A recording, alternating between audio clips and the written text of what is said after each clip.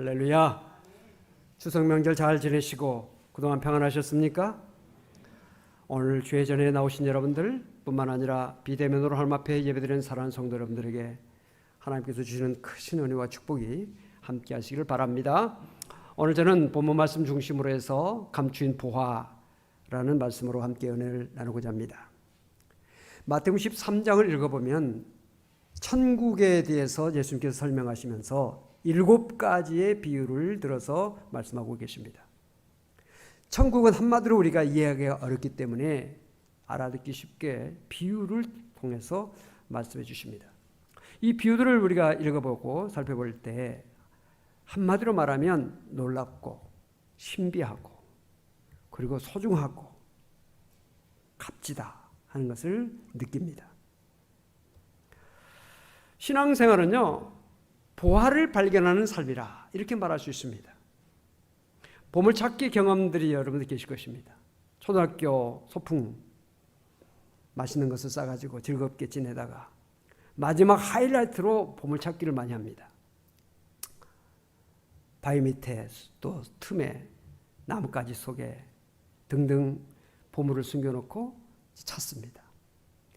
보물 찾아라! 그러면 막 뛰어가서 풀숲도 펼쳐보고 바위 틈에 나무 가지 속에 다 살펴봅니다.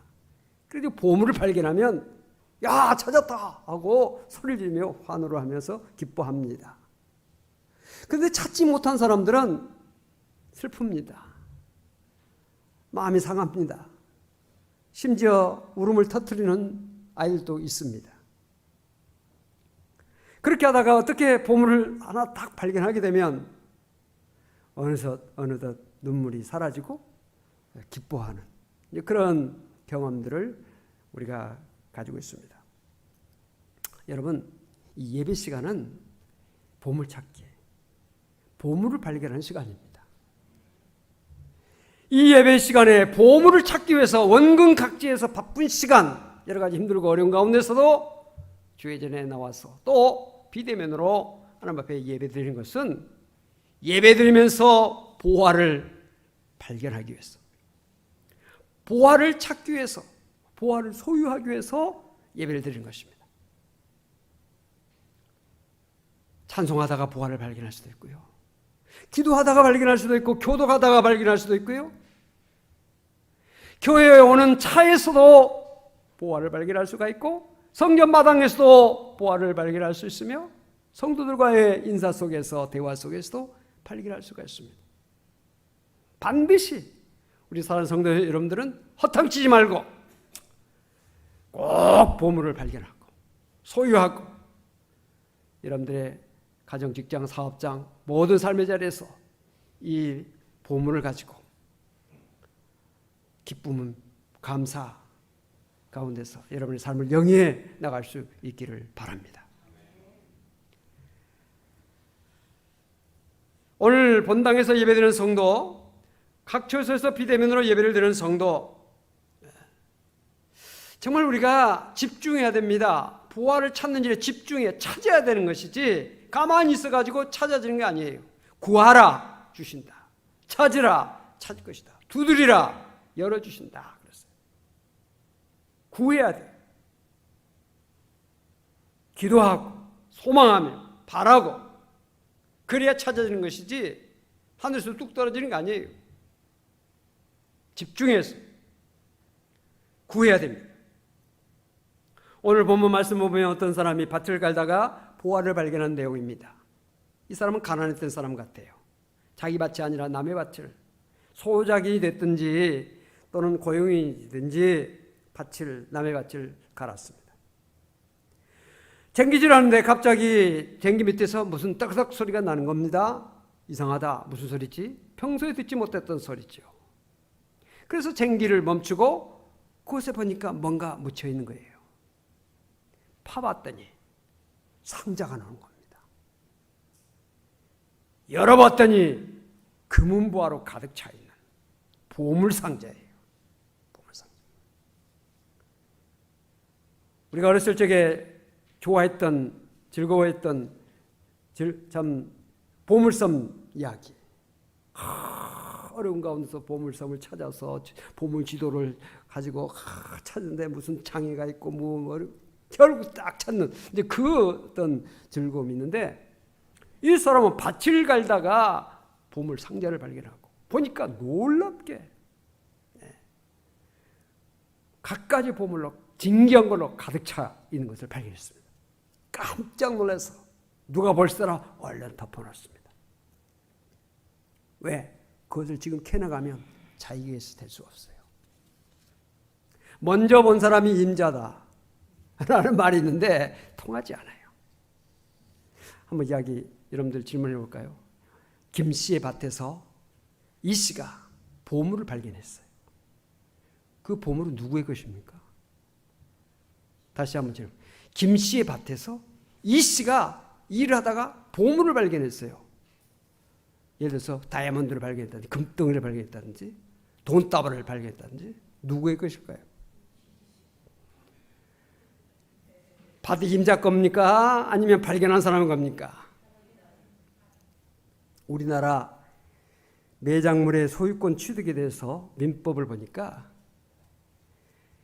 발견한 사람이 그것을 발견하고 공고를 해야 됩니다. 1년 동안 소유자가 나타나지 않으면 그 토지 소유자와 절반하여 취득한다. 그랬어요. 반반이 나는다. 근데 그 밭의 임자도 누구 것인지 몰라. 그럴 경우에 절반이에요. 자기 밭에서 나왔다고 해서 자기가 내가 그때 묻어놓은 거야, 내가 지금 떨고 놓은 거야, 내가 지금 놔둔 거야, 이것은 분명 그 사람 소유지만 글쎄 이거 뭐지? 모르는 거죠. 절반이에요. 근데 여기에 대해서 분쟁이 많이 있을 수 있죠. 예를 들어서 그 사람이 그것을 모르게 가지고 왔다든지, 그래서 나중에 발각돼가지고 쇠고랑 차고 등등해. 유대 나라에도 그런 분쟁들이 많이 있었기 때문에 하나의 규칙처럼 정해놨어요. 일꾼이 밭에서 일을 하다가 돈이나 보물을 발견하게 되면 그 보물은 주인의 것이다 그랬어요. 그 당시에 법이에요. 그러니까 이 사람은 발견은 했지만 자기 것이 아니에요. 그럼 자기 것을 만들려면 어떻게 해야 됩니까? 밭 주인이 되는 길밖에 없어요. 그래서 숨겨놓고 집으로 와가지고 돈 될 만한 것을 다 살펴봅니다. 시집 오면서 가져왔던 장롱이니 뭐 그릇이니 돈 될 만한 것은, 이 가난한 사람이니까 뭐 얼마나 있겠어요? 팔는 거예요. 왜 그걸 팔아요? 팔아야 돼. 왜 그걸 팔아야 돼요? 그래, 잠자코 있어, 팔아야 돼. 살 사람이 없습니다. 값을 다운합니다. 절반. 그래도 살 사람이 없어요. 헐값으로라도 소중하게 사용했던 모든 것들 다 팔아 제낍니다. 왜? 엄청난 것을 자기 것을 만들려고. 그렇지 않으면 자기 것이 될 수가 없으니까 소중하게 여겼던 것을 다 팔아서 다 그것을 처분해서 그 값진 것을 자기 것으로 만들기 위해서 그 밭을 살려고 한 것입니다. 주인에게 말했겠죠. 이 밭 나에게 팔라고. 이 돌짝밭 왜 살라고 그래? 꼭 좀 저한테 팔아주세요. 돈을 얼마든지 부른 대로 드릴게요. 안 팔까봐 걱정을 하면서 그걸 사정해서 사죠. 동네 사람들은 모르죠. 저 사람 미쳤나? 실시 웃으면서 집을 막 파는데 막 헐값으로 팔아. 저 정신 이상한 거 아니야? 모르죠. 이 사람이 어떤 생각을 하고 있는지, 지금 기뻐하는 그 마음의 속을 모르죠. 여러분, 이 이야기에서 우리는 몇 가지 진리를 발견하게 되는데, 보화를 발견한 기쁨을 여기서 읽을 수 있습니다. 보화를 발견한 기쁨, 얼마나 기뻤겠어요? 뛸 듯이 기뻤겠죠. 내 생에 이런 일이 또 올 수 있나? 너무 큰 기쁨이 있죠. 다 표현할 수 없습니다. 설명할 수 없습니다만 그 기쁨이 있어요. 성도의 트레이드마크는 기쁨입니다. 성도의 트레이드마크는 기쁨이에요. 데살로니가전서 보니까 5장 16절에 보니까 항상 기뻐하라. 언제나 기뻐하라는 겁니다. 우리의 삶 속에 힘들고 어렵고 고통스러울 때도 있지만은 기본적으로 밑바닥에 기쁨이 있어야 돼요. 우리 삶의 저변에 기쁨이 늘 자리 잡고 있어야 돼요. 밥을 먹어도 기쁘고, 일을 하다가 하면서도 기쁘고, 무슨 일, 어떤 형편 항상 기쁨이 우리에게 있어요. 왜? 엄청난 보화가 우리에게 있기 때문에, 엄청난 미래가 우리에게 있기 때문에, 엄청난 축복이 우리에게 약속됐기 때문에 기뻐하는 겁니다. 빌립보서 4장 4절 보니까 주 안에서 항상 기뻐하라. 주 안에서 기뻐하라는 거예요. 내가 다시 말하노니 기뻐하라. 기쁨을 강조하고 있어요. 성도들은 모든 일을 기쁨으로 해야 합니다. 보화를 발견한 이 농부, 그 밭을 억지로 산 게 아닙니다. 기꺼이 기쁨으로 샀어요. 예배가 보화를 발견하는 밭이라고 한다면 예배를 기꺼이 감사하면서 즐거운 마음으로, 억지로가 아니라 원근각지 먼 곳에서 바쁜 시간, 힘들고 어렵지만 몸이 불편하지만 보화가 여기 있으니 보화를 발견하기 위해서 하나님 앞에 나와서 밭을 간다 그랬는데 사역이지요. 예배드리고 찬양하고 기도하고 봉사하고 주일 하다가 예배하다가 봉사하다가 보화를 발견하는 겁니다. 오늘 이 은혜와 축복 여러분들에게 함께 하시기 바랍니다. 예수님의 제자들, 예수님께서 부르실 때 어떻게 했습니까? 갈릴리 해변을 예수님께서 다니시다가 베드로와 안드레가 그물을 던지는 것을 보았습니다. 말씀하셨습니다. 나를 따라오너라. 내가 너희로 사람을 낳는 어부가 되게 하겠다. 그랬더니 그들이 곧 그물을 버려두고 예수를 따랐다 그랬습니다. 또 얼마 가시다가 세베대 아들 두 아들 야고보와 요한, 예수님께서 그들을 보시고 나를 따라오너라.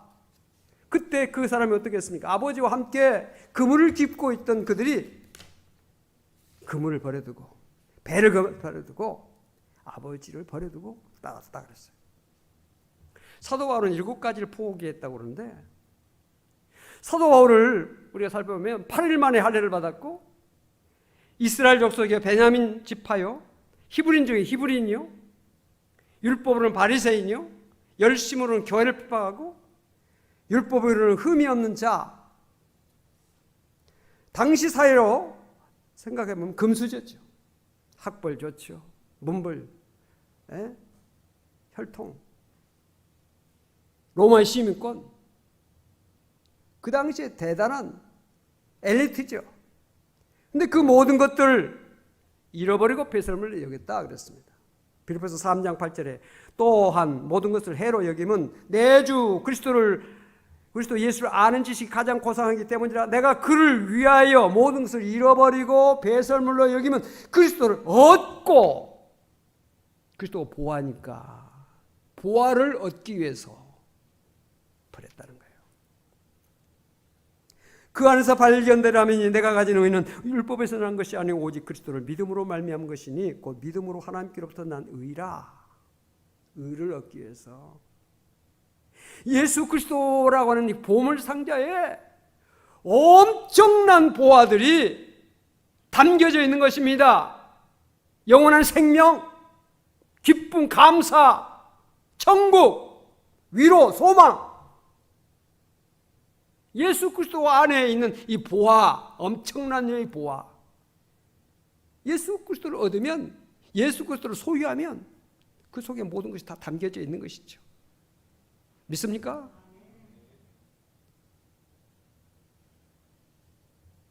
연탄 없어요, 쌀 없어요, 반찬 사야 돼요, 옷 사야 돼요, 치약 사야 돼요, 칫솔 사야 돼요, 비누 사야 돼요. 그 말은 뭐예요? 돈 달라는 이야기죠. 비누가 없어요, 뭐가 없어요, 다 하지만 그것을 한마디로 말하면 돈이 있으면 다 해결되는 거죠. 예수 그리스도 안에 모든 것이 다 담겨 있으니 예수 그리스도를 온전히 나의 것으로 소유하고 그 안에 살면 우리는 만족한 삶을 살 수 있어요. 복된 삶을 살 수 있어요.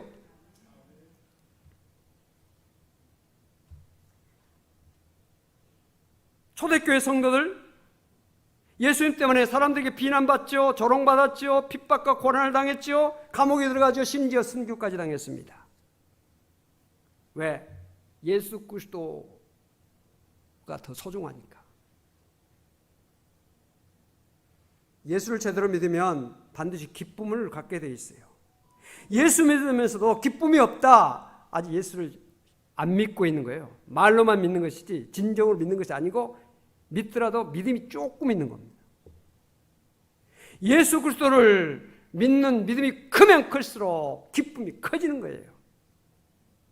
예수 그리스도를 믿는 그 믿음이 강할수록 세상을 이길 수 있는 힘이 더 강해지는 거예요.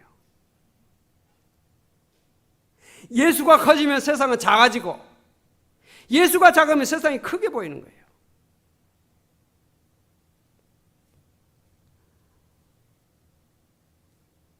믿음 안에 모든 것이 다 담겨져 있어요. 히브리서 11장을 보니까 아브라함은 믿음으로 고향 친척 아버지 집을 떠나 갈 바를 알지 못하고 나갔고 믿음으로 모세도 그리스도를 위하여 받는 수모를 애굽의 모든 보화보다 더 큰 재물로 여겼다. 그랬어요. 모세가 왕자였으니까 얼마나 보화가 많았겠어요.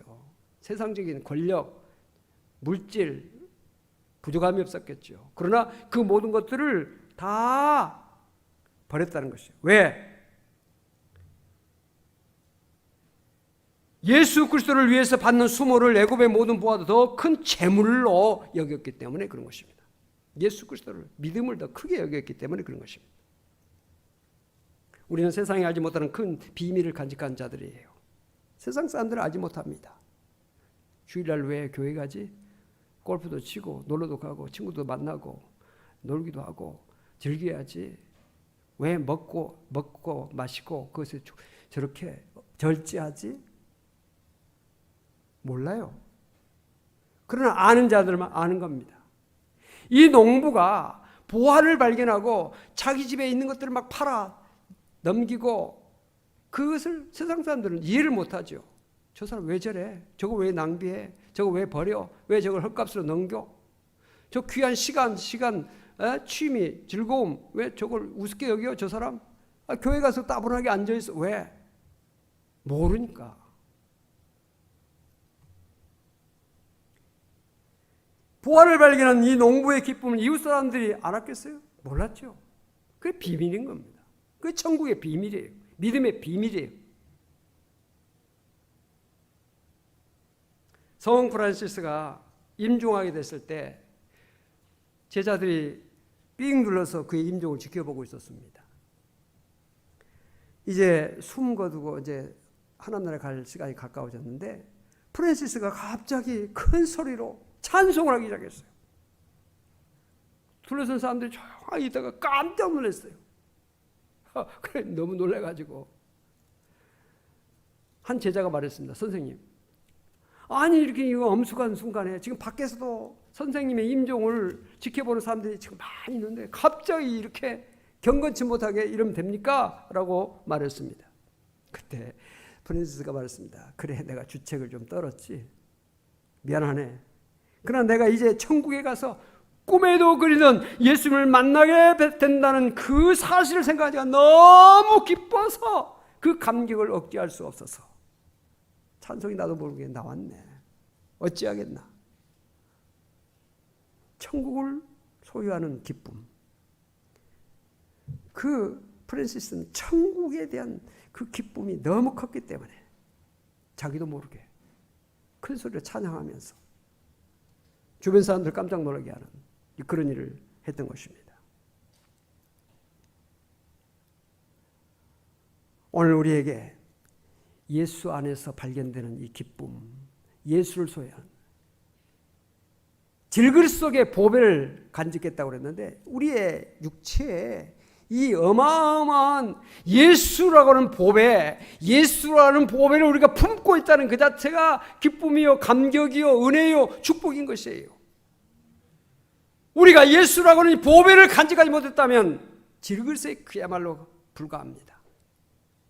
썩어질 몸, 없어지고 사라져버리고 소멸돼버리고 이름도 없이 빛도 없이 역사에 남지 않는 비참한, 그 사람 왔어 갔어 끝나는 인생이죠. 그러나 예수를 우리가 품는 순간, 예수를 우리가 간직한 순간 우리는 세상과 비교할 수 없는, 세상이 어떤 것과 바꿀 수 없는 그 어마어마한 축복의 삶이 될 수 있는 거예요. 무엇을 담느냐에 따라서 그 그릇이 결정되는 거죠. 그 귀한 예수, 그 값진 예수, 그 보화를 간직한 오늘 우리들 보배로운 사람이지요. 할렐루야. 보배로운 사람.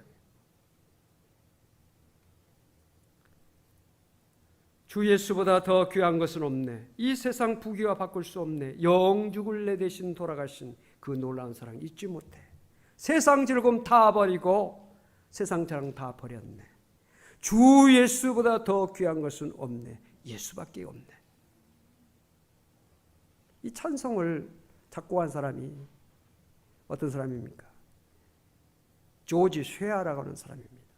조지 쇠아라고 하는 사람은 캐나다 어느 목회자의 아들입니다. 어머니가 음악을 좋아했던 사람이기 때문에 어렸을 적부터 어머니 영향으로 피아노도 좀 치고 악기도 좀 만지고 찬양도 잘했어요.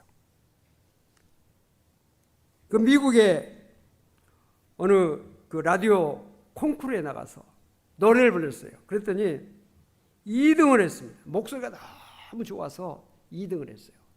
그러고 나니까 미국 MBC 방송국에서 연락이 왔습니다. 전속 가수로 계약해달라고.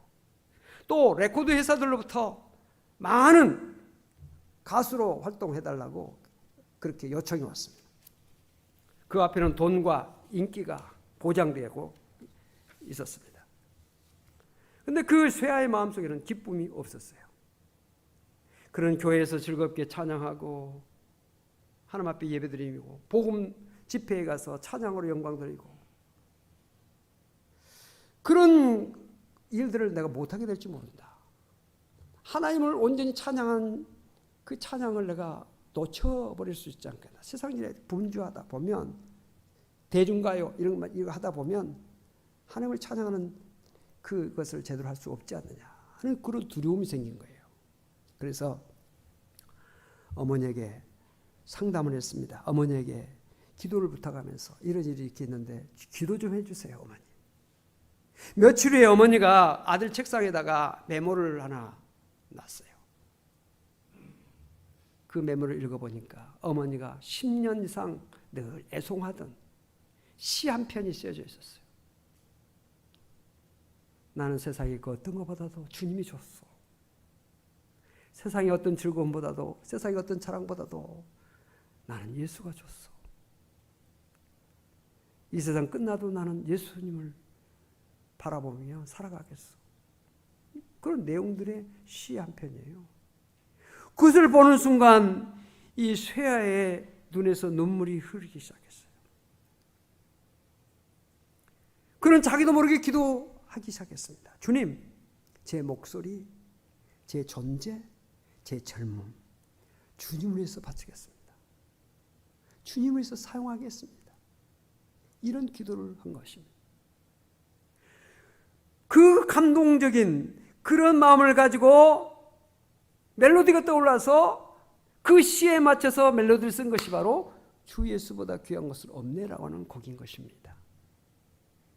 우리나라에서 이 곡이 1973년도 여의도 광장에서 100만 명 빌리가람 목사님 대집회가 있을 때 그때 이 찬송 그분이 와가지고 찬양했어요. 많은 사람들이 주 하나님 지으신 모든 세계 주 예수보다 귀한 분은 없네.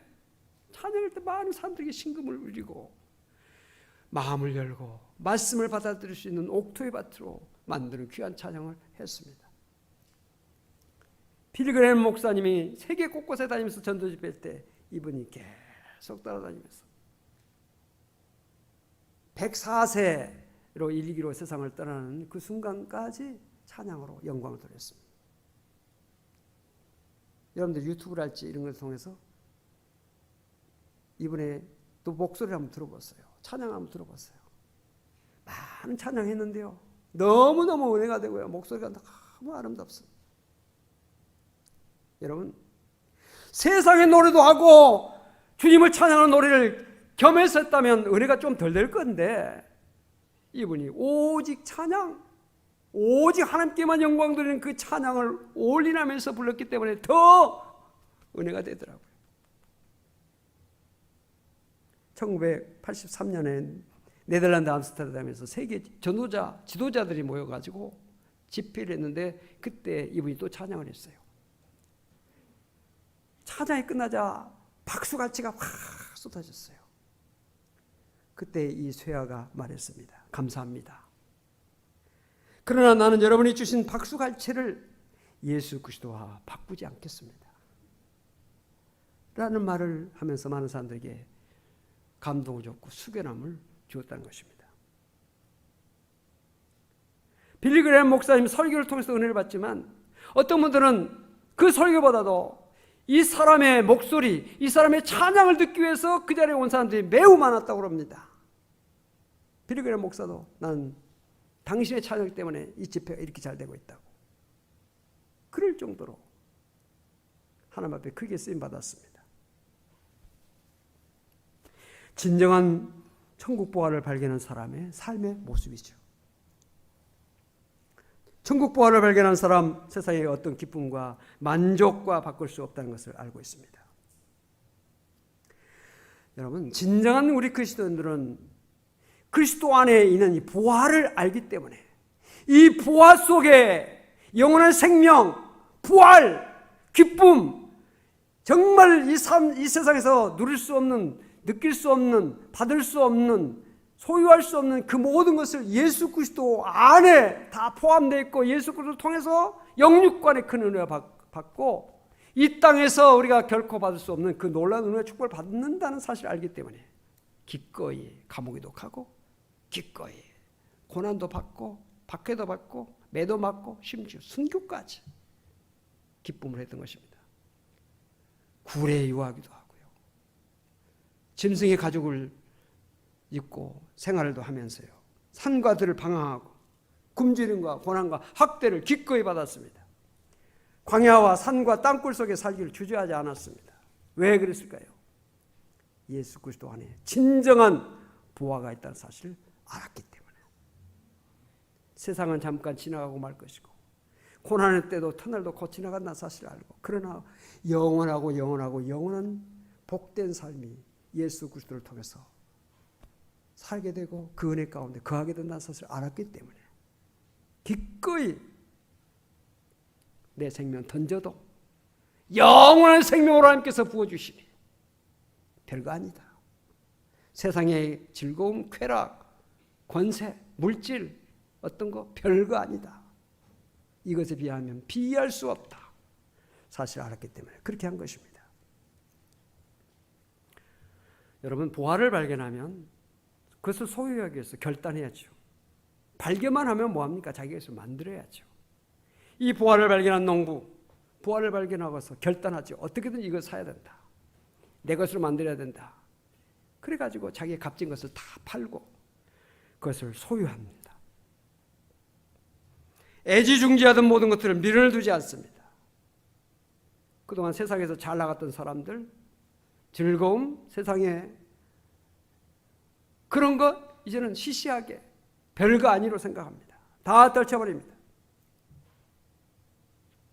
우리는 천국 보화를 소유하기 위해서 예수 그리스도를 나의 구주로 그리고 그 안에서 모든 은혜와 축복을 받기 위해서 세상께서 돌이켜서 믿음의 길로 들어선 사람입니다. 말씀대로 살기를 결단한 사람들입니다.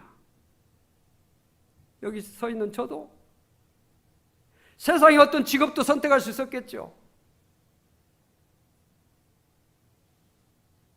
의학 공부하라는 사람도 있었고 공과대학을 선택해서 공학 박사가 되라는 말도 있고 여러 가지 일들이 있습니다.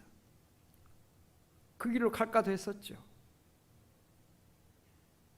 그러나 주의 일을 하는 것이 주의 복음 말씀 증거할 것이 잠깐의 세상이 어떤 것보다도 더 소중하고 값지고 더 위대하다는 것을 알았기 때문에 이 길을 들어서 지금까지 살고 있는 겁니다. 후회함이 없이. 여러분 예수 믿고 후회한 사람 있습니까?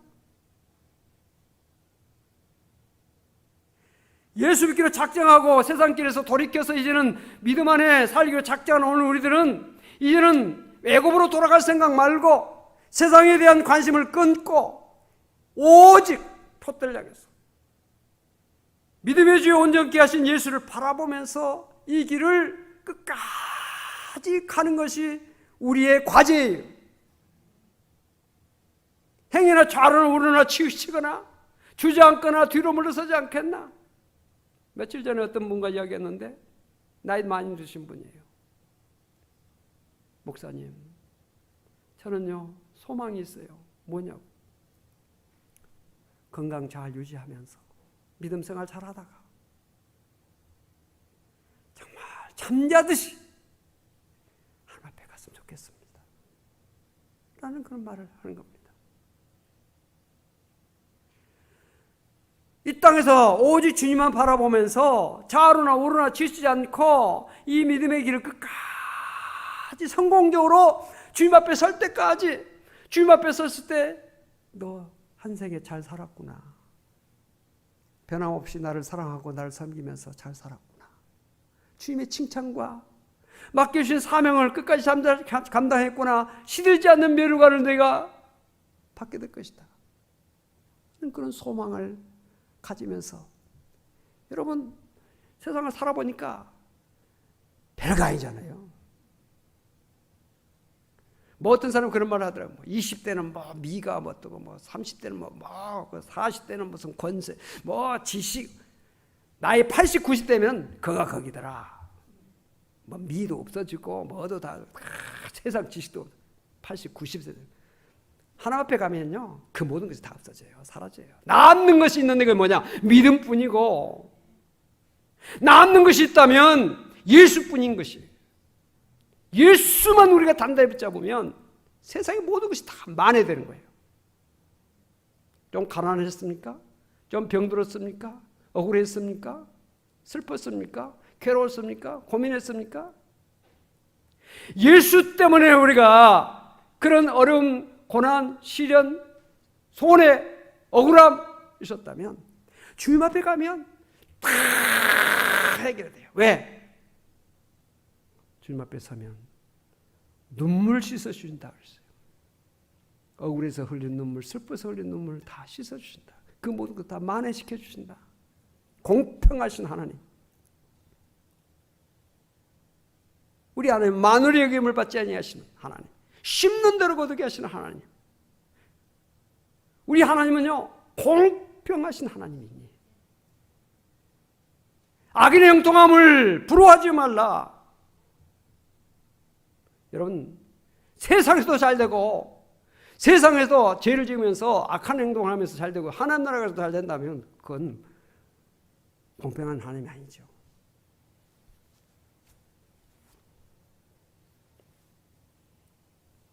사도 바울은 사도행전 20장 24절에서 내가 달려갈 길과 주 예수께 받은 사명 곧 하나님의 은혜의 복음을 증언하는 일을 마치려 하면 나의 생명조차 조금도 귀한 것으로 여기지 아니하노라. 사도 바울은 주님께 잡힌 바 된 그것, 주님께 주신 사명 감당을 해서 일생을 달려가는 삶을 살았습니다. 좌로나 우로나 치우치지 않고 후회하지 않고 주님만 바라보며 나갔어요. 왜? 주님 안에 있는 보화를 알았기 때문에, 주님 안에 있는 그 엄청난 것을 알았기 때문에 모든 것 다 배설물처럼 다 떨쳐버리고 잃어버리고 떨쳐버리고 버리고 배설물처럼 표대를 향해서 그 일생을 달려갔던, 나의 달려갈 길을 다 달려갔다는 그런 고백을 하는 사도 바울의 모습을 우리가 봅니다. 여러분 보화는요 멀리 있는 게 아닙니다. 가까이 있어요. 가까이 있어요. 이 농부가 보화를 발견하기 위해서 먼 나라로 간 것도 아니고요, 먼 곳을 간 것도 아닙니다. 자기가 늘 일하고 살았던 삶의 터전, 내 가정일 수 있고 내 직장일 수 있고 내 사업장일 수 있고, 내가 늘 만나는 사람이 보배, 내 곁에 있는 사람이 보배, 왼수가 아니고 보배, 내 남편, 내 아내, 내 자녀, 내 가족, 친척, 교우, 교회, 예배, 찬송, 기도, 말씀, 성경, 보배예요. 별거 아닌 것처럼 생각하면요, 아무 쓸데없는 것처럼 생각하죠. 세상 사람들은 그걸 모르니까 우습게 여기죠. 모세 지팡이 별거 아니었죠. 던져라, 던졌더니 뱀이 됐습니다. 다시 집어라, 집었더니 뱀이 지팡이 됐어요. 이것을 가지고 가라. 그 별 볼 일 없는 지팡이가 그때부터 보배가 된 겁니다. 그것으로 홍해를 가르고, 그것으로 반석을 쳐서 생수를 쏟게 하고, 그것을 가지고 나갈 때 놀라운 역사를 펼칠 수가 있었어요. 보화는 바로 옆에 있다. 여러분, 옆에 있는 사람이 보배입니다. 아멘. 옆에 있는 사람 보배예요. 그걸 모르는 사람들이 많아요. 이 시간도 보배로운 시간입니다. 할렐루야. 세상이 어떤 시간과 바꿀 수 없는 보배로운 시간이에요. 하나하나를 우리가 소중하게 믿음으로 우리가 다 이것을 받아들이면 놀라운 보물을 캐낼 수가 있어요. 한 주간의 삶을 살면서도 여러분의 삶 속에서 보배를 많이 캐내는 여러분 되시길 바라고요. 예배 시간 하나님 앞에 시간 제단 쌓을 때마다, 그때마다 보배로운 은혜와 축복을 여러분들이 다 받게 되시길 바랍니다. 이 코로나 상황 속에서도 우리는 보배를 꼭 발견하고, 결코 코로나가 우리에게 손해가 아니라 합력하여 선을 이루는 하나님의 놀라운 역사가 반드시 내게 올 것이다, 이 나라에 있을 것이다, 우리의 믿음 생활에 있을 것이다 하는 그런 소망을 가지고 나아가면 반드시 하나님의 합력하여 선을 이루는 축복으로 풍성하게 채워주실 줄로 믿습니다. 우리 하나님은 좋으신 하나님. 오늘도 사랑하는 성도 여러분들, 부활을 발견한 농부의 기쁨을 가지고 여러분의 삶의 자리에서 힘차게 모든 것을 이기며 극복하고 승리하며 견디며 믿음으로 나가는 여러분들 되시기를 바랍니다. 기도하십시다. 살아계신 아버지 하나님, 감사합니다. 감추인 부활을 발견했던 이 농부처럼 오늘도 늘 하나님께서 주시는 놀라운 부활을 발견하고 그 기쁨을 가지고 하나님께 영광 돌리며 살 수 있도록 우리 성도들 한 사람 한 사람에게 은혜와 복을 내려 주시옵소서. 그동안 발견하지 못했던 것들을 내 주변에서 발견할 수 있도록 눈을 열어주시고, 영원한 하나님께 주신 놀라운 축복의 부활을 예수 안에서 발견하고 그 은혜와 축복을 누리는 우리 모든 성도가 다 되게 하여 주시옵소서. 예수님의 이름으로 간절히 기도하옵나이다. 아멘.